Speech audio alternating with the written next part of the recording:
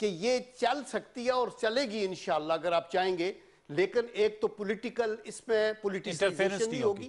مجھے پتا تھا اس وقت ایم کیو ایم کا زور تھا اور وہ پرویز مشرف صاحب کے بڑا سافٹ کارنر تھا. اینڈ سیکنڈلی لیاقت جتوئی صاحب میرے منسٹر تھے. میں نے کہا ان سب سے میرا کئی دفعہ جھگڑا ہوگا اور آپ کے پاس شکایتیں آئیں گی، آپ مجھے دوسرے دن نکال دینا لیکن میں اندر گڑبڑ نہیں ہونے دوں گا. تو وہ اللہ کا کرم ہے، اس وقت کچھ 7.8 بلین روپیز کے نقصان میں تھی جب میں نے ٹیک اوور کیا. ہم نے وہ سارے لاسز ختم کیے. اچھا، ہم نے برج فائنانسنگ کی ہوئی تھی 2.5 ارب کی ود حبیب بینک، وہ ختم کی. اور مطلب ہے اس 3 سالوں میں 18 ارب روپے پرافٹ کمایا، جس میں سے 12 ارب نیٹ پرافٹ تھا. 6 ارب روپے کا انکم ٹیکس دیا گورنمنٹ کو چونکہ لائبلٹی زیرو ہو. تو جنرل صاحب کا تکلیف ناظر کیا وجہ ہے کہ نون لیگ کے دور حکومت میں آپ سینٹ آف پاکستان کے رکے تھے تو کم از کم سٹیل مل ہی آپ کے حوالے کر دیتے، آپ اس کو چلا تو دیتے. دیکھیں انوار، it is easier said than done. اچھا، دیکھیں جب میں 2006 13 ستمبر کو گیا نا تو میں جی تو 12 ارب روپے کا خام مال اور فنش گڈز پڑے تھے. دیٹ از آئرن اور اینڈ کوکنگ کول کے پہاڑ تھے، یعنی شپس آتے تھے انلوڈ کرتے تھے. اسی طرح 10 ارب روپے سیونگ تھی بینک میں اور $1 بھی کسی کا پے نہیں کرنا تھا. یہ میں 13 ستمبر 2006 آڈٹ بکس کو آپ دیکھ لیں. جب میں چلا گیا تو پھر اس کے بعد جو چینجز آتی رہی تو لوگوں کو یہ پتہ نہیں تھا کہ اس کے بریڈ اینڈ بٹر ایشوز کیا ہیں. آپ سلیکٹ کر کے کرتے رہے. پھر پیپل پارٹی کے دور کے اندر انہوں نے اپنی بصیرت میں زرداری صاحب نے لال جی کے سپرد کر دی، پلس ایک آڈٹ اینڈ اکاؤنٹ کے موہین افضل صاحب تھے، ریٹائرڈ آفیسر تھے یا کیا، ان کو لگا دیا.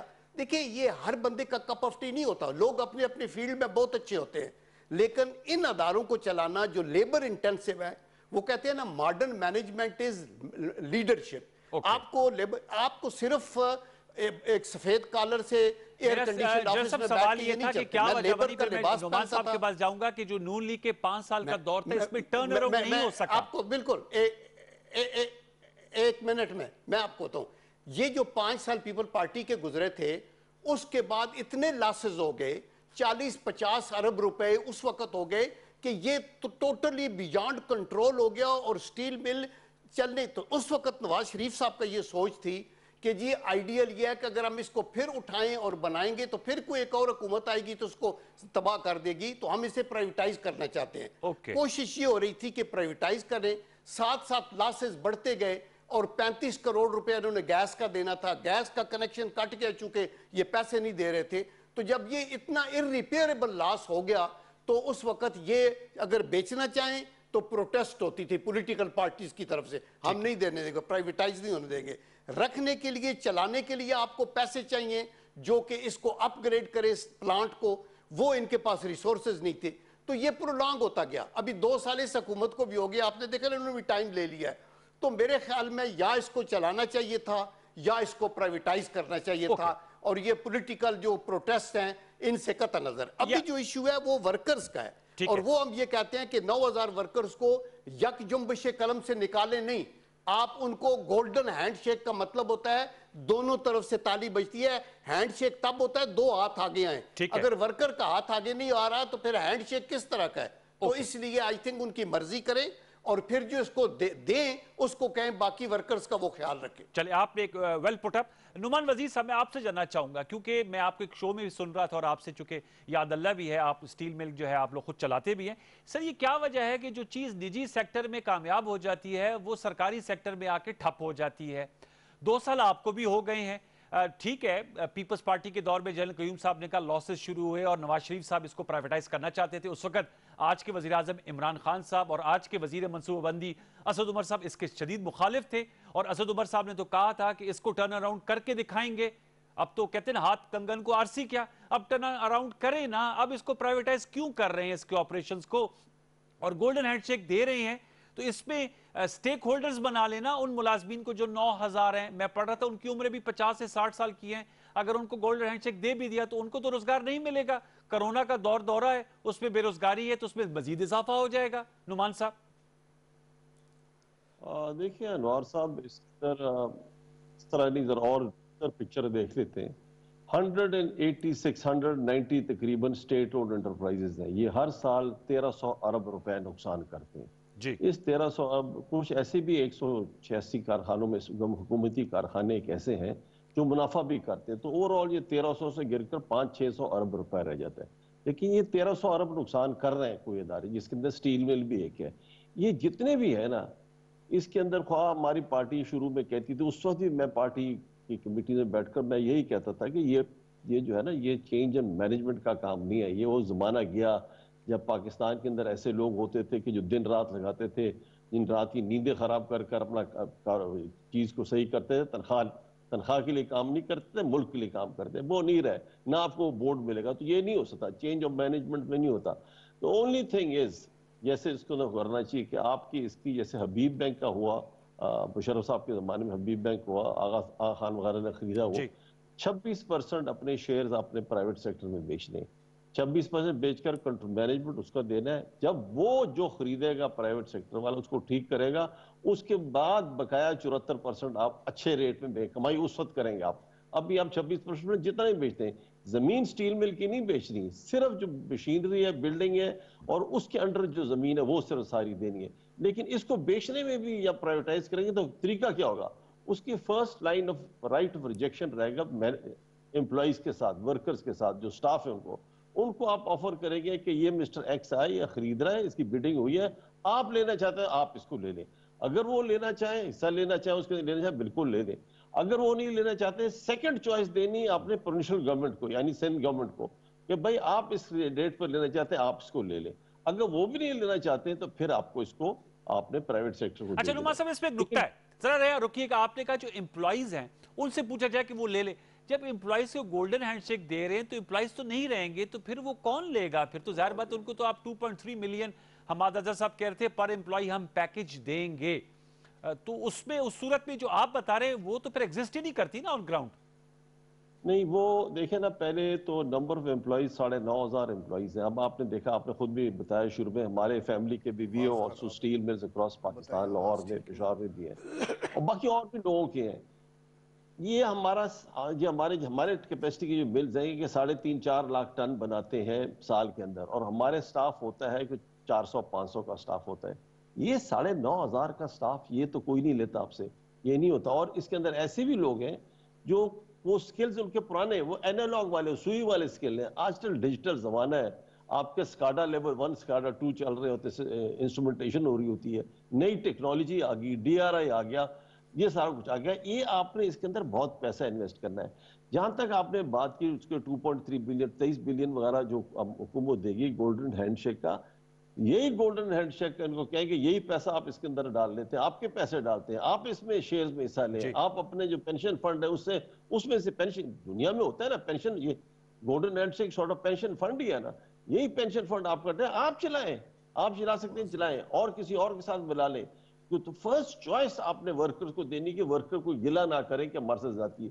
باقی اگر کوئی سیاسی پارٹیز اس پر سیاست کرتی ہیں اور ایسی شور کرتی ہیں کہ اس کو, جیسے آج سینٹ میں بھی ہو رہا تھا کہ جی اس کو آپ نہ بچے, بڑے آپ عوام دشمن, عوام دشمن تو یہ تو آپ کا بھی نظریہ تھا جب آپ اپوزیشن میں تھے. بسد احترام نعمان صاحب, یہ تو آپ کا بھی یہی نظریہ تھا. عمران خان صاحب جو اس وقت اپوزیشن میں تھے, اب وزیر اعظم ہے, یہ تو اس کے شدید مخالف تھے. اسد عمر صاحب نے تو کہا تھا کہ میں چیلنج کرتا ہوں, اس کو ٹرن اراؤنڈ کر کے دکھاؤں گا. میرا سمپل اس کا جواب یہ ہے, قائد اعظم بھی ایک زمانے میں کانگریس میں تھے. اچھا, اب یہ جنرل قیوم صاحب to sum it up, Nauman صاحب کہہ رہے ہیں قائد اعظم بھی ایک وقت پہ کانگریس میں تھے. کیا یہ جواب آپ کی تسلی و تشفی کر پائے گا؟ نبیلہ باجی رنگ کر رہی ہیں. اوکے نعمان صاحب, اب ہم ان سے رابطہ کرنے کی کوشش کر رہے ہیں. کیا یہ عوام کے لیے باعث تسلی ہوگا کہ آپ کا یہ کہہ دینا کہ جی قائد اعظم بھی ایک وقت میں کانگریس میں تھے, کیا اس کا پیرل ڈرا کیا جا سکتا ہے نعمان صاحب؟ میں انوار آپ کو کہتا ہوں, جو مینجمنٹ کا یا کارپوریٹ سیکٹر کا جو اسٹریٹجی ہوتی ہے نا, وہ لیونگ ڈاکومنٹ ہوتا ہے, لیونگ اسٹریٹجی ہوتی ہے. کبھی آپ ایک وقت میں ایک پالیسی لے کر نہیں چل سکتے. یہ آپ کی نااہلی ہوگی کہ آپ سمجھیں کورونا ہوگا یا کوئی ایشو بھی ہو, آپ نے دنیا کے ساتھ چلنا ہے, زمانے کے ساتھ چلنا ہے, جیسا ڈیولپمنٹ ہوگی ویسے چلنا ہے.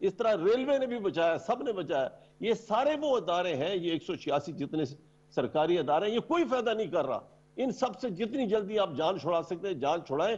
یہ ڈسکو جو ہے پرائیویٹ بجلی کی کمپنی تھی, پیسکو ہو گیا, آئس کو ہو گیا,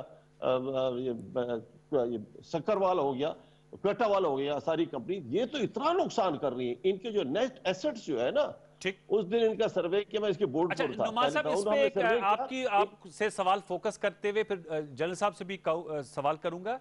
یہی تو ایک آرگومنٹ آتا ہے کہ شاید ارادی طور پہ جو ریاست اور سرکار کے تحت ادارے چلائے جاتے ہیں ان میں میرٹ کی دھجیاں بکھیری جاتی ہیں, ان میں گورننس کے فیلیئرز کیے جاتے ہیں تاکہ وہ ناکام ہو جائیں, مثال دی جائے اور پھر ان کی نچکاری کر دی جائے. میں نے آپ سے ابتدا میں بھی کہا جو پرائیویٹ بزنسز ہمارے پولیٹیشنز چلاتے ہیں وہ سکسس ماڈلز ہوتے ہیں, جب وہ حکومت پہ آتے ہیں تو وہ ٹرن اراؤنڈ نہیں کر پاتے. یہ بھی ایک کانسیپٹ تو پاکستان میں ہے. کیا ریاست میں اتنی اہلیت نہیں ہے, حکومت میں اتنی اہلیت نہیں ہے کہ وہ اچھے سکسسفل بزنس ماڈلز ان اداروں میں لے آئیں اور ٹرن اراؤنڈ کر دیں؟ نہیں, یہ جو کہتے ہیں نا کہ ہمارے پی ٹی آئی پر کہتے ہیں یا پی ایم ایل این کو بولتے ہیں, پیپلز پارٹی کے بارے کہتے ہیں کہ جی ایسا یہ گیم کھیلیں گے کہ اپنے کسی کو بیچ دیں گے. یہ ایسی ریومرز ہیں, گوسپ کی باتیں ہیں, گوسپ کرنے کی. ٹھیک ہے, ایکچولی پہلے آپ لوگ بھی کافی گوسپنگ کرتے تھے نا اصل میں. کرنا کیا چاہیے, کرنا یہ چاہیے کہ آپ جتنے بھی ادارے ہیں, جتنے بھی اسٹیٹ اونڈ انٹرپرائز ہیں, نقصان جو کر رہی ہیں, اس نقصان والوں کو آپ نے بیچنا ہے. You have to get rid of یہ لاسز جو آپ کرتے ہیں ایز اے نیشن, وی کی ناٹ افورڈ. اور اس پر ہمیں بیچنے میں ہمیں بڑا پولیٹیکل نقصان ہوگا پی ٹی آئی کو, لیکن آگے جنریشن کے لیے, ہمارے فیوچر بچوں کے لیے یہ فائدہ مند ہے. اس کو ہم نے کرنا ہے اور ہر حالت میں کرنا ہے. جنرل قیوم صاحب وہ کہہ رہے ہیں بے شک ہمیں پولیٹیکل اس کا نقصان ہو, پولیٹیکل فال آؤٹ ہو, پولیٹیکل کاسٹ ہو, یہ ہماری آنے والی جنریشن کے لیے ایک بڑا اچھا فیصلہ ہے کہ اس کی نچکاری کی جائے. میرے خیال میں ان پرنسپل آپ بھی انڈیویجولی اس سے ایگری کرتے ہیں. بس آپ کو یہ ہے کہ جو امپلائیز ہیں ان کو یک جنبش قلم سب کو انہا فارغ کیا جائے, گولڈن ہینڈ شیک دے کر ان میں جو اچھے ہیں ان کی سفٹنگ کی جائے اور ان کو برقرار رکھا جائے. یہی آرگومنٹ ہے نا جنرل صاحب؟ جی دیکھیں, میں دو چیزیں کہنا چاہتا ہوں. ایک پہلے لینڈ کی بات ہو رہی تھی. ہماری جو لینڈ ہے نا, وہ مجھے پتا ہے پہلے یہ واقعی بالکل ٹھیک بات ہے کہ سندھ گورنمنٹ کی لینڈ تھی, بڑی سستی دی گئی. ذوالفقار علی بھٹو صاحب اس وقت تھے, اور یہ سٹیل مل بڑی سپرالنگ, اور یہ نیشنل ہائی وے اور سپر ہائی وے کے درمیان پورٹ قاسم کی گود میں بڑی قیمتی جگہ تھی جو دی. اور لیکن یہ پھر سٹیل مل کے نام پہ تھی. اور یہی آپ یہ جیسے نعمان کہہ رہے ہیں کہ اس کے اوپر صرف انڈسٹری اور سٹیل انڈسٹری لگ سکتی ہے. میرے ٹائم میں نے جب یہ دیکھا کہ یہ ادھر ہے تو میں نے اس کو ساری کو میوٹیٹ کرایا on the name of the federal government and the steel mill. اور دوسری بات میں یہ کہنا چاہتا ہوں کہ یہ اسحاق ڈار صاحب کے ٹائم میں جب ایک دفعہ پروونشل گورنمنٹ نے, سندھ گورنمنٹ نے کہا تھا ہمیں دے دیں, تو انہوں نے آفر کر دی تھی کہ آپ نے لینی ہے تو لے لیں. لیکن میں یہ تجربے سے آپ کو بتا رہا ہوں کہ اگر فیڈرل گورنمنٹ نہیں چلا سکتی ایک ادارے کو with all its might and all resources, تو پروونس کے بس کی بات نہیں ہے. چونکہ سٹیل مل کے اندر بہت بڑی انویسٹمنٹ چاہیے ہوتی ہے, اور ان کو ابھی اس کی لائبلٹیز کو اٹھانا, اس کو ٹھیک کرنا, وہ ٹھیک نہیں ہے. ابھی ہم دوسری بات کی طرف آتے ہیں کہ دوسرا جو نعمان کہہ رہے ہیں نا کہ سارے اداروں کو ہم پرائیویٹائز, میرے خیال ہے یہ بھی ایک ایکسٹریم ہوگی. کئی دیکھیں ادارہ نہیں چلتا, آپ نے کہا تھا کہ پرائیویٹ سیکٹر میں چلتا ہے, پبلک میں نہیں چلتا. اس کی وجہ یہ ہے کہ پبلک سیکٹر کے اندر اکاؤنٹیبلٹی نہیں ہے. آپ کا ایک بندہ نقصان کرتا ہے, پہلے بات تو کہ آپ نے اس کو اپنی مرضی سے سفارشی بندہ لگا دیا کہ یہ میرا بندہ ہے, ادھر ہوگا. پھر اس کو آپ نے یوز کیا پیسے لینے کے لیے, کرپشن کی. پھر آپ نے اس کے بندے بھرتی کرانے کے لیے, میں جب چیئرمین گیا ادھر وہاں سٹیل مل میں, تو میرے جو منسٹر صاحب تھے وہ میں نے ایک اخبار میں اشتہار دیا کہ 200 اپرینٹس بھرتی کرنے ہیں اور میں کروں گا میرٹ کے اوپر, پورے رورل سندھ, اربن سندھ, یہ وہ. تو میرے جو منسٹر صاحب تھے اس وقت جو بھی تھے, نام میں نہیں لیتا, وہ آگے 131 بندے کی لسٹ کیا, میری کانسٹیٹوئنسی کے بندے بھرتی کریں, دیر از نو کوشچن, میں پرائم منسٹر ہوں. میں نے کہا سوری یہ نہیں ہو سکتا, یہ تو میرا ایچ آر کا بورڈ ہے, میری بھی پاور میں نہیں ہے, وہ کرے گا. میری شکایت ہوگی, میری پیشگی ہوگی پرویز مشرف صاحب کے آگے. اور انہوں نے کہا یہ, میں نے کہا سر یا پھر یہ پولیٹیکل ڈیمانڈیں چلیں گی یا سٹیل مل چلے گی. اللہ کا کرم ہے and I give that credit to اور وہ آپ کو کریڈٹ دیتے بھی ہیں جنرل قیوم صاحب، بالکل انٹرفیئر نہیں کیا اور مجھے کام کر رہے ہیں. جی سر وقت ختم ہو جا رہے ہیں سیگمنٹ کا. آپ کا بہت شکریہ کہ آپ نے ہمیں جوائن کیا. لیفٹیننٹ ریٹائرڈ عبد القیوم صاحب پی ایم این کے سینیٹر گفتگو کر رہے تھے، اور سینیٹر نعمان وزیر خٹک صاحب پی ٹی آئی کے سینیٹر ہم سے گفتگو کر رہے تھے، اور موضوع تھا پاکستان سٹیل مل، اس کا مستقبل کیا. ویورز اب ہم اپنے اگلے سیگمنٹ کی طرف بڑھیں گے، اور آپ کے علم میں ہے کہ میں نے ابتدا میں کہا تھا کہ جو کرونا وائرس ہے اس میں 1 لاکھ سے زیادہ اب یہ تجاوز کر گئی ہے تعداد، اور جسے کہتے ہیں الارم بیلز بج رہی ہیں، اور زیادہ ٹیسٹ ہو رہے ہیں، زیادہ لوگ پازیٹیو آ رہے ہیں. اب تو جیسے میں نے آپ کو بتایا کہ اراکین قومی اسمبلی، صوبائی اسمبلی اور ہمارے جو بڑے بڑے نام ہیں اور جو ہر خاص و عام جو ہیں جو بھی ٹیسٹ کرا رہے ہیں ان میں پازیٹیو ریشیو بہت بڑھ رہا ہے. اس پہ ضرور ہم گفتگو کریں گے، کیونکہ آج پرائم منسٹر صاحب نے عوام سے اپیل کی ہے کہ خدا را ایس او پیز کو فالو کرے. بڑے معروف ٹیسٹ اسپیشلسٹ ہے ڈاکٹر شاذلی منظور صاحب ہمیں جوائن کر رہے ہیں، اور ٹیلی فون ان سے بات کریں گے. ڈاکٹر صاحب السلام علیکم. السلام علیکم انوار صاحب، کیا حال ہیں؟ بہت شکریہ. ڈاکٹر صاحب بتائیے گا، آج پرائم منسٹر صاحب پھر مخاطب تھے عوام سے، قوم سے، اور انہوں نے اپیل کی کہ جو ایس او پیز ہے جس میں ماسک پہننا ہے، سماجی فاصلہ رکھنا ہے، بلا ضرورت باہر نہیں جانا اور ہاتھوں کو اپنے دھونا ہے، یہی سماجی فاصلے رکھیں، احتیاط کریں، وگرنہ مشکل حالات کا سامنا کرنا پڑ سکتا ہے. مجھے بتائیے گا، ہمیں پہلے کہا گیا تھا کہ پیک مئی میں آئے گی، پھر کہا کہ جون میں آ سکتی ہے، آج پرائم منسٹر صاحب کہتے ہیں کہ جولائی اور اگست میں آئے گی. کیسے ایسٹیمیٹ کیا جاتا ہے، اور ساری صورتحال پہ آپ کی کیا ماہرانہ رائے ہے ڈاکٹر شاذلی صاحب؟ جی تھینک یو ویری مچ. دیکھیں اس میں جو آپ کے سوال ہے نا، پہلے تو یہ ہے کہ پریونشن کی آپ بات کر رہے تھے. ایس او پیز تو شروع میں لوگوں نے فالو کیے، پھر وہ آپ کو پتا ہے کہ متس اور سٹوریز اور کہانیاں بن گئیں اور لوگوں نے کہا کورونا بھی نہیں ہے. پھر عید پہ آ گیا، ڈاکٹرز ہم سب لوگ کہتے رہے آپ کے مختلف پروگراموں میں آ کے کہ جی آپ یہ مئی کا جو مہینہ ہے اس میں آنے والا ہے، یہ سرج آ جائے گا، انکریز ہو جائیں گے، پلیز اس کو نہ کھولیں، تھوڑا سا لاک ڈاؤن رکھیں، لیکن وہ بھی نہیں ہوا. اور اب یہ جولائی تو دور کی بات ہے، یہ تو پیک بہت زیادہ آ چکا ہے. ہمارے جو ہیلتھ سیکٹر ہے، ہمارے جو ہاسپٹلز ہیں، ان کے اوپر جو ہے برڈن آ چکا ہے جو اب بیریبل نہیں ہے، اور بہت تعداد مریضوں کی بڑھ گئی ہے. مطلب ہم لوگ ڈیلی ایک خاندان کے 4 5 لوگوں کو ایٹ اے ٹائم دیکھ رہے ہوتے ہیں. انفارچونیٹلی بیڈز اویلیبل نہیں ہوتے، ان کو وہیں پہ ٹریٹمنٹ دے کے واپس کر دیا جاتا ہے. تو مجھے تو جولائی کا تو اتنا نہیں ہے. میں تو ابھی جو ہم جس چیز سے گزرے ہیں، یہ تو ویو ابھی بہت اوپر چلی گئی ہے. WHO تو یہ کہہ رہے تھے کہ سیکنڈ ویو دنیا میں آئے گی، ہم تو فرسٹ ویو ہی ابھی دیکھ رہے ہیں. تو آئی تھنک کہ اب تو ایس او پیز اور یہ چیز لوگوں نے چھوڑ دی. اب تو اور لوگ جو ہے اپنے پرابلمز میں جو لوگ رش کر رہے ہیں اسپتال کی طرف، ڈاکٹروں کی طرف ایڈمیشن کے لیے.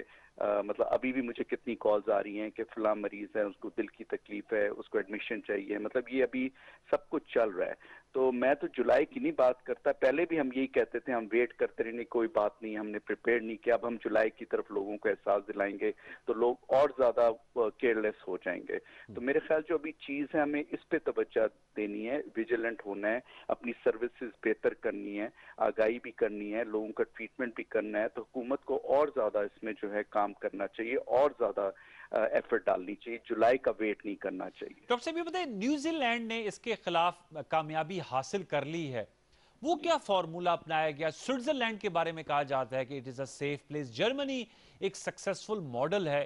ہم ظاہر بات ہے یورپ میں اٹلی، یو کے، برازیل، اب یو ایس اے، یہ تو خیر بہت خراب مثالیں ہیں، ہم ان کو تو ہمیں نہیں فالو کرنا چاہیے. وہ جو مثالیں نیوزی لینڈ، سوئٹزرلینڈ، جرمنی، انہوں نے کیا کیا جس کو اب ہم کر سکتے ہیں، یا we have lost that opportunity? نہیں، we have lost that opportunity. کیونکہ دیکھیں انہوں نے سمپل سوشل ڈسٹینسنگ، جس کو اب ہم فزیکل ڈسٹینسنگ پہ آ گئے ہیں. WHO کہتا ہے کہ سوشل ڈسٹینسنگ تو ختم ہوگی نا، اب تو فزیکل ڈسٹینسنگ ہے. مطلب آپ نے لوگوں سے 6 فٹ دور رہنا ہے، اور یہ چیزیں. سوشل ڈسٹینسنگ تو یہ تھی کہ مل ملاپ نہ، اور یہ وہ تو ختم ہو چکا ہے. تو ہم اصل میں آپ جو بات کر رہے ہیں وہ تو اب آپ ریورس میں تو نہیں جا سکتے. یہ تو ریورس میں نہیں اب آپ جاتے. جب آپ کو کرنا چاہیے تھا، ہم یہ بات کر رہے تھے یہ عید گزرنے دیں، یہ چھٹیاں 10 نکل جائیں گی، لوگ گھروں میں رہیں گے، اس دفعہ سادگی سے عید منا لیں. لیکن جو سرج دیکھا ہے وہ عید ہی کے بعد دیکھا ہے. لوگوں نے دعوتیں کی ہیں، لوگ بازاروں میں گئے ہیں. آپ دکانداروں سے پوچھیں اس دفعہ جو رش ہوا ہے تو وہ سارا عید کے بعد ہی یہ سارا ہوا ہے، جس کا ہمیں ایکسپیکٹڈ تھا کہ یہ ہوگا، اور وہی ہوا ہے. تو انہوں نے جو کیا وہ سمپل یہی جو آپ اپنے پریونشن کی، انہوں نے فزیکل ڈسٹنسنگ کی، سوشل ڈسٹنسنگ کی، اور وہ کامیاب ہو گئے. جنہوں نے نہیں کی ممالک جس طرح اٹلی کی مثال ہے، باقی سویڈن کی آپ لے لیں، باقی انہوں نے نہیں کیا تو وہ آج بھگت رہے، انہوں نے بھگتا وہ. اب ہم کہاں تک جاتے ہیں یہ ابھی کہنا بڑا مشکل ہے، کیونکہ ہماری ٹیسٹنگ فیسلٹی اگر آپ اپریل کا بتائیں تو وہ کہہ رہے تھے ہم 80,000 پر ڈے پہ چلے جائیں گے، وہ تو ابھی ہو ہی نہیں رہا. تو ابھی لاہور کی کوئی فگرز دے رہا تھا کہ 6 لاکھ ہو گئے ہیں، 7 لاکھ ہو گئے ہیں. تو ہمیں کوئی فگرز بھی صحیح نہیں پتا، ہماری ٹیسٹنگ فیسلٹی اتنے تک نہیں ہے. لیکن جس طرح بیمار مریض ہمارے ساتھ آ رہے ہیں اور دوسرے دن جو ڈیٹا آ رہا ہے اس میں تو بہت زیادہ تضاد ہے، اس میں بہت زیادہ فرق نظر آ رہا ہوتا ہے. بچوں اور جو پریگننٹ خواتین ہیں ان کے حوالے سے کوئی آپ بتانا چاہیں گے کہ کیا میجرز، کیونکہ اس حوالے سے کوئی ایسا ڈیٹا یا اتنی کوئی تحقیق نہیں ہے، اس میں آپ کے کیا ایکسپرٹ کومنٹس ہوں گے؟ میں نے بہت کم بچوں کو دیکھا ہے، میں نے ایز اسمال ایز 2 مہینے کے بچوں پورے خاندان کو ہو گیا. پریگننٹ خواتین میں نے کچھ زیادہ نہیں دیکھا، جوانوں میں بہت دیکھا ہے. اس کی وجہ یہ کہ ہماری پاپولیشن زیادہ جوانوں کی ہے تو شاید ہمیں وہ زیادہ نظر آ رہا ہے. تو یہ ڈسپیرٹی ہو گئی ہے. جو پہلے یہ کہتے تھے کہ جی جو ڈیٹا باہر سے آ رہا تھا جو اس میں یہ تھا کہ جی ڈیموگرافک ڈیٹا تھا کہ جی بوڑھوں میں زیادہ ہے، 70-80 سال کی عمر میں جن کو ملٹیپل میڈیکل پرابلم تھا. آج میں نے جتنی ایمرجنسی میں مریض دیکھے اس میں ینگ لوگوں کی تعداد زیادہ تھی اور وہ بہت سک نظر آ رہے تھے. تو آئی تھنک کہ وہ ہمارے ملک میں شاید وہ چیز نہیں ہے. اور ایک لنڈن میں یو کے میں انہوں نے جو ڈیٹا کلیکٹ کیا اس میں جو ایشین ملکوں کے لوگ تھے سب سے زیادہ سیر فہرست بنگلہ دیش تھے، ان میں سب سے زیادہ کرونا نے افیکٹ کیا، اور پھر پاکستان اور انڈیا آیا. تو یہ ڈیموگرافکلی ڈفرنس آ گیا ہوا ہے. تو ہمارے یہاں ینگر پاپولیشن میں نے زیادہ افیکٹڈ دیکھ رہا ہوں میں. تو ہم پہلے سمجھتے تھے کہ جی چونکہ ینگ پاپولیشن ہم بچ جائیں گے، ایسا نہیں ہو رہا ہے. چلیں، بہت شکریہ ڈاکٹر شازی منظور صاحب، آپ نے ہم سے گفتگو کی. Thank you very much for your expert comments. آپ نے بتایا کہ یہ ایک بہت امپورٹنٹ ایشو اب بنتا جا رہا ہے، اور جیسے ڈاکٹر شازی صاحب ویورز کہہ رہے تھے کہ عید کے دوران ظاہر بات ہے لوگ آپس میں ملے بھی، عید الفطر بھی منائی گئی، اور آج سپریم کورٹ آف پاکستان نے فیصلہ بھی اپنا کیا ہے کہ جو سیٹرڈے اور سنڈے کو شاپنگ مالز کھولنے کا فیصلہ تھا اسے ختم کر دیا گیا، اور کہا گیا ہے کہ وہ صرف عید تک کے لیے تھا، رمضان میں تھا. لیکن بارکیف ان کی یہ رائے تھی ڈاکٹر شازی منظور صاحب کی کہ اس سے نقصان پہنچا ہے. ہم تو اللہ تعالیٰ سے ہی دعا کریں گے کہ اللہ تعالیٰ نقصان کم سے کم کرے، اور جو لوگ اس میں مبتلا ہیں ان کو صحت کاملہ عطا فرمائے. اس کا ایک اکنامک آسپیکٹ بھی ہے، اور جب بھی ہم کرونا وائرس کو ڈسکس کرتے ہیں اس کا ایک میڈیکل آسپیکٹ ہے، ہیومن آسپیکٹ ہے جو بہت امپورٹنٹ ہے، جو لائف سے متعلق ہے. لیکن ایک لائیولی ہوڈ کا بھی ایشو ہے، اور اس کا اکنامک امپیکٹ بھی آ رہا ہے. ہماری محصولات گھٹ گئی ہیں، ہمارا جو کاروبار ہے اس میں سلگشنیس ہے، وہ تیزی نہیں ہے، اور اس کی وجہ یہی ہے کہ لوگوں میں خوف تو پایا جاتا ہے. اور بجٹ کا بھی چونکہ اس ہفتے امید یہ کی جا رہی ہے کہ 12 جون کو بجٹ اناؤنس ہوگا، میجرز کیا لیے جا سکتے ہیں، اس پہ ہم نے اس کے اکنامک آسپیکٹ پہ بھی بات کرنے کے لیے دعوت دی ہے سردار تنویر الیاس صاحب کو. اور سردار تنویر الیاس صاحب جو ہیں وہ بورڈ آف انویسٹمنٹ پنجاب کے سربراہ بھی ہیں، اور خود ایک کامیاب بزنس مین بھی ہیں، انٹرپرینور بھی ہیں. سردار صاحب بہت شکریہ. ابھی آپ سے قبل ڈاکٹر شازی منظور صاحب ہم سے گفتگو کر رہے تھے، اور وہ کہتے ہیں کافی نقصان ہو گیا، اب اس کو ریورس نہیں کیا جا سکتا. لیکن آج بھی وزیر اعظم صاحب کا یہ کہنا تھا جس پہ جو حزب اختلاف ہے وہ کرٹیسائز کرتے ہیں کہ پرائم منسٹر صاحب نے کہا تھا کہ لاک ڈاؤن اس کا حل نہیں ہے. لیکن نیوزی لینڈ، سوئٹزرلینڈ کی مثالیں جب دی جاتی ہیں وہ کہتے ہیں انہوں نے اس کے پھیلاؤ کو کم کیا، اس کو روکا نہیں جا سکتا. چونکہ آپ کا براہ راست اور بالواسطہ طور پر بھی تعلق اکانومی سے ہے، انویسٹمنٹ سے ہے، بزنس سے ہے، آپ کیا کہیں گے کہ اب کیا ہم کر سکتے ہیں، کیسے بیلنس کریٹ کر سکتے ہیں اس پہ؟ بہت شکریہ سید انور صاحب اپنے پروگرام میں موقع دینے کے لیے. دیکھیے جو اسٹریٹجی جو ہم دے رہے ہیں کہ جو دیکھیے اپوزیشن جو بات کر رہی ہے وہ گراؤنڈ ریئلٹیز کو نہیں دیکھ رہے ہیں. ہم یہ سمجھتے ہیں کہ گراؤنڈ ریئلٹیز کو اگر آپ دیکھیں، ہمارے جو ڈیلی ویجز والے کام کرنے والے ہیں، لاک ڈاؤن کی جب وہ بات کرتے ہیں، پرائم منسٹر پاکستان جو بارہا مرتبہ یہ کہہ چکے ہیں، آج بھی انہوں نے بات کی کہ ویسٹرن کنٹریز جو ہیں جن کی اکانومیز بہت اسٹرانگ ہے ایز کمپیئر ٹو آس، وہ اگر کمپلیٹ لاک ڈاؤن کے مکمل نہیں ہو سکتے تو ہم یہ سمجھتے ہیں کہ یہاں پہ تو یہ کیپیسٹی موجود ہی نہیں ہے کہ ہم کمپلیٹ لاک ڈاؤن کے مکمل ہوں.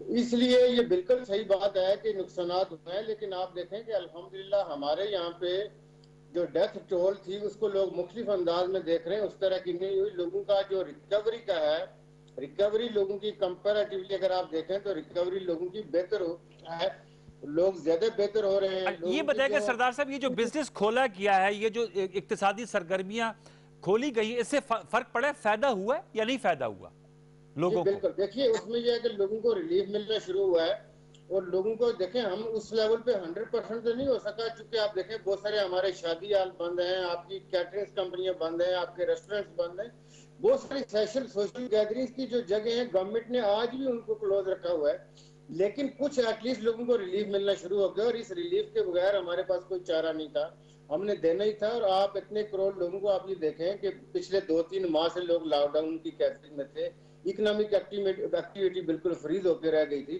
تو ہم یہ سمجھتے ہیں کہ جس طرح ساری دنیا گریجولی اس کی طرف گئی ہے, ہم بھی گریجولی گئے ہیں اور ہم جا بھی رہے ہیں. تو میرا یہ خیال ہے کہ اس کے بغیر آپ کی یہ ڈیزائر نیسسٹی کی صورت اختیار کر گئی تھی سچویشن, تو یہ ہم نے کرنا ہی تھا. اور اب بھی جو ہم عام آدمی سے, اپنی عوام سے یہ بارہا مرتبہ یہ ریکویسٹ کر رہے ہیں کہ جی آپ سوشل ڈسٹینسنگ کو مینٹین رکھیں, آپ سوشل ڈسٹینسنگ کو رکھیں, اور اس کو رکھتے ہوئے آپ کے جو کاروبار ہیں, آپ جہاں پہ کام کر رہے ہیں, آپ کام کے اوپر جائیں, لیکن اس ڈسٹینس کو مینٹین رکھیں, اس لیے کہ یہ ڈسٹینس مینٹین رکھنا آپ کے لیے, آپ کے پیاروں کے لیے ضروری ہے. رکھیں گے تو یہ اس میں سب کی بہتری ہوگی, آپ کی بہتری ہوگی, ملک اور قوم کی بہتری ہوگی. تو یہ کاروبار کے حوالے سے جب آپ لوگوں کو بریدنگ سپیس دیتے ہیں تو پھر اکنامک ایکٹیویٹی اچھا, اب سردار صاحب یہ مجھے بتائے گا کہ ظاہر بات ہے بجٹ بھی حکومت نے بنانا ہے, اور وزیراعظم صاحب کا یہ بیان بھی آیا تھا کہ جو غیر ترقیاتی اخراجات ہیں ان میں کمی لائی جائے. آئی ایم ایف بھی مطالبات کر رہا ہے, وہ کہہ رہے ہیں کہ جو آپ کے ترقیاتی اور غیر ترقیاتی فنڈز ہیں ان کو منجمد کیا جائے, جو تنخواہیں ہیں ان کو منجمد کیا جائے. G20 ممالک نے کیا. آپ کی رائے میں کیا ہمارے پاس فسکل سپیس ہے, اور بجٹ جو ہے وہ کن خطوط پہ ہونا چاہیے, اگر میں آپ سے تجویز لینا چاہوں؟ دیکھیے اس کے اندر یہ ہے کہ جو ہمارے پاس اس وقت کوئی فسکل سپیس زیادہ نہیں ہے, ہمیں بھی غیر ترقیاتی اخراجات جو ہیں ان کو بہت ریڈیوس کرنا ہوگا. اس کی وجہ یہ ہے کہ گورنمنٹ کے جو اپنے ریونیوز تھے, آپ نے دیکھا کہ کچھ 38% کے قریب ہمارا ریونیو اس وقت ڈکلائن کر چکا ہے جی, اور اس 38% کے پیچھے جو ڈکلائن کی بیسک وجہ ہے وہ یہ ہے کہ ہمارے اپنے کاروبار سارے بند ہیں, ہماری انڈسٹری بند ہے. تو جب تک وہ نہیں کھلتے, جب تک وہ اوپن نہیں ہوتے, آپ کو یہ ریونیو بہتر نہیں ہو سکتا, اور فردر بھی چانسز ہے کہ یہ ریونیو کے اندر فردر بھی ڈکلائن آئے. تو ہم یہ سمجھتے ہیں کہ اس سال جو آنے والا بجٹ ہے اس میں جو ہمارے نان ڈیولپمنٹ ایریاز ہیں اس میں ہمیں ریڈکشن کرنی ہوگی. اگر ہمیں آگے سپیس ملتی ہے کسی جگہ سے, اگر ہمیں ہمارے جو لانز ہیں, جو فارن ڈیٹس اسپیشلی, اس میں اگر ہمیں وہ رائٹ آف ہوتے ہیں, کچھ ہمیں اور ریلیف ملتا ہے, یا لانگ ہماری پیمنٹ جو پے بیک ہے اس میں ہمیں اگر کوئی سپیس ملے گی, کوئی بریدنگ ایریا ملے گا, جس کے لیے گورنمنٹ جو ہے انٹرنیشنل مانیٹرنگ اداروں کے ساتھ بات کر رہی ہے کہ ہمیں کچھ نہ کچھ ریلیف ملنا چاہیے. اگر وہ ملے گا تو وہ لازمی طور پہ ملک اور قوم کو وہ پاس آن ہو سکتا ہے. اس بجٹ کے اندر گورنمنٹ کے لیے جو مشکلات ہیں وہ یہ ہے کہ گورنمنٹ آلریڈی بہت سارے ایریاز کے اندر آپ نے دیکھا کہ سبسڈی دے چکی ہے. فردر بھی گورنمنٹ کے اوپر ٹریڈ یونین ہے, بزنس کمیونٹی ہے, انڈسٹری کا پریشر ہے کہ آپ فردر ہمیں ریلیف دیں, اور شاید گورنمنٹ کو ان حالات کو کنسیڈر کرتے ہوئے کہ کچھ اکنامک ایکٹیویٹی جنریٹ ہو, گورنمنٹ کو فردر کچھ کنسیڈریشن دینی ہوں گی. تو اس کے مد نظر رکھتے ہوئے ہم یہ سمجھتے ہیں کہ گورنمنٹ کے اپنے ہاتھ ٹائٹ ہے, لیکن اس وقت گورنمنٹ کافی سخاوت اور فراخ دلی کا مظاہرہ بھی کر رہی ہے. وہ والی پوزیشن نہیں ہے جو روایت میں یا ماضی میں آپ دیکھتے رہے. الحمدللہ گورنمنٹ نے اپنے قد سے بڑھ کے, اپنی گنجائش سے بڑھ کے, اپنی کٹی سے بڑھ کے خرچ کیا ہے, اور آگے بھی ارادہ یہ ہے کہ جہاں جہاں پہ ریلیف ممکن ہوگا انشاءاللہ اس کو ریلیف کریں گے. ٹورڈز دی اینڈ جو ریونیو ٹارگٹ رکھا گیا تھا, کیونکہ اب یہ مالی سال ختم ہونے جا رہا ہے, وہ بہت ایمبیشیس تھا, اور بہت سے ناقدین نے کہا کہ وہ قابل عمل نہیں تھا, اس کا حصول ممکن نہیں تھا. اب جو ریونیو ٹارگٹ رکھا جائے, آپ سمجھتے ہیں وہ ایسا رکھا جائے موجودہ حالات کو مد نظر رکھتے ہوئے, اور آنے والے جو کرونا کے آفٹر شاکس ہیں, کیونکہ آج بھی پرائم منسٹر صاحب کہہ رہے تھے کہ جولائی اور اگست میں اس کی پیک آ سکتی ہے, تو ایسا ریونیو ایسٹیمیٹ رکھا جائے جو کہ حاصل بھی کیا جا سکے؟ انوار صاحب, چونکہ آپ کی جو ہماری اکانومی ہے اس کے اوپر آپ کی خاصی گہری نظر ہوتی ہے. آپ یہ دیکھیے کہ جو ہماری اکانومی تھی وہ بہت نان ڈاکومنٹڈ اکانومی تھی, اور اگر ہم پچھلے کچھ سالوں سے آپ ترکی کا ماڈل دیکھیں تو ترکی نے جب یہ مہم چلائی کہ اکانومی کو ڈاکومنٹڈ کیا جائے تو ان کی اکانومی کے اندر کافی پراسپرس ہوا. تو ہم نے جو ٹارگٹ رکھے تھے وہ ایمبیشیس تو میں نہیں سمجھتا کہ تھے, لیکن ہمارا یہ خیال تھا کہ ہمارا بہت سارا نان ڈاکومنٹڈ ایریا جو ہے اس کو ڈاکومنٹیشن کی طرف لے کے جائیں, اور اس سے گورنمنٹ کا ریونیو انکریز ہونے کے ہمیں بہت زیادہ کبھی امکانات تھے کہ بہت زیادہ فرق پڑے گا. اگر ہمیں ڈیفیسٹ رہے گا تو ممکن ہے 20-25% کا ڈیفیسٹ ہو, لیکن ہم 70-75% کامیاب ہو جائیں گے اس کو کرنے میں.